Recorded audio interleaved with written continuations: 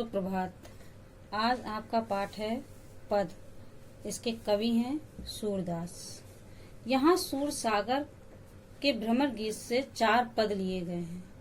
कृष्ण ने मथुरा जाने के बाद स्वयं न लौटकर उद्धव के जरिए गोपियों के पास संदेश भेजा था। उद्धव ने निर्गुण ब्रह्म एवं योग का उपदेश देकर गोपियों की विरह वेदना को शांत करने का प्रयास किया।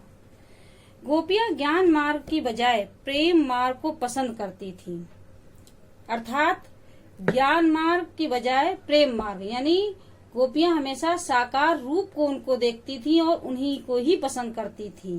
वो निराकार को नहीं जानती थी। यहाँ निर्गुण का मतलब होता है निराकार, और निराकार का मतलब जिसका कोई आकार रूप रंग नहीं होता है। तो उद्धव ने उस निराकार ब्रह्म को बताना चाहा जिसका गोपियां विरोध करती हैं। यहाँ से भ्रमर गीत का प्रारंभ होता है। गोपियों ने भ्रमर के बहाने उद्धव पर व्यंग बाण छोड़े।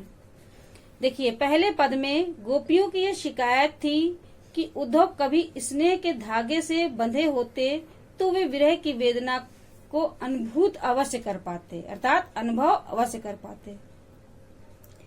दूसरे पद में यहाँ गोपियों की यह शुक्रोक्ति है कि उनके मन की अभिलाषाएं मन में ही रह गई हैं। कृष्ण के प्रति उनके प्रेम की गहराई को अभिव्यक्त करती हैं। तीसरे पद में वे उद्धव की योग या साधना को कड़वी ककड़ी जैसा बताकर अपने एक निष्ठ प्रेम में दृढ़ विश्वास प्रकट करती हैं। और चौथे पद में उद्धव को ताना मारती हुई कृष्ण से अब राजनीति पढ़ ली है। अंत में गोपियों द्वारा उद्धव को राजधर्म याद दिलाया जाना सूरदास की लोक धर्मिता को दर्शाता है। आइए हम पहला पद पढ़ेंगे, उसका अर्थ समझेंगे। पंक्ति है, उद्धव तुम हो अति बड़ी भागी, अपरस रहत सनह तगा तय नाहिन मन अनुरागी। अर्थात यहाँ गोपियां उद्धव को व्यंग भरी बात, व्यंग अर्थात यानी ताने भरी बात कहती हैं कि हे उद्धव तुम हो अति बड़े भागी, और बड़भागी मतलब होता है भाग्यवान। यहाँ पर उद्धव को कहती क्या कि तुम बहुत भाग्यशाली हो, ऐसा ताना मारती हैं। कहती क्या है, अपरस राहत स्नेह तगा तय।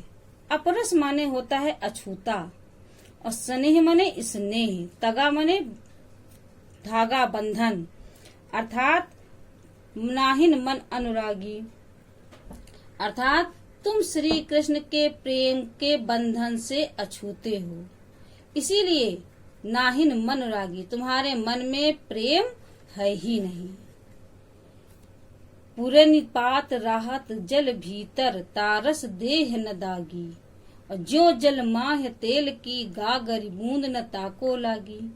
अर्थात देखिए, उन्होंने उदाहरण दिया है कि किस प्रकार। एक उदाहरण दिया, पूरे निपात राहत जल भीतर, जिस प्रकार कमल का पत्ता जल के भीतर रहता है पर उस पर पानी का एक भी दाग नहीं लग पाता है।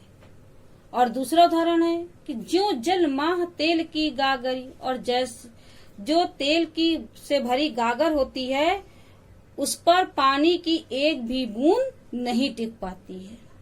तो वैसे ही तुम श्री कृष्ण के साथ में रहकर भी उनसे अलग हो, तुम्हारा मन उनके प्रेम में नहीं रमा है। अगला उदाहरण देखिए, प्रीति नदी में पाऊं न बुरियों, दृष्टि न रूप परागी, सूरदास अबला हम भोरी, गुर चाटी जो पागी। कहती क्या है, हे उद्धव तुमने प्रीत नदी में पांव न बुरियो, तुमने प्रेम रूपी नदी में अपने पांव डुबोए ही नहीं है। दृष्टि न रूप परागी, तो तुम्हारी दृष्टि उनके रूप पर कैसे मोहित हो जाएगी, कैसे आकर्षित हो जाएगी, तुम उन पर मुग्ध हो ही नहीं पाओगे।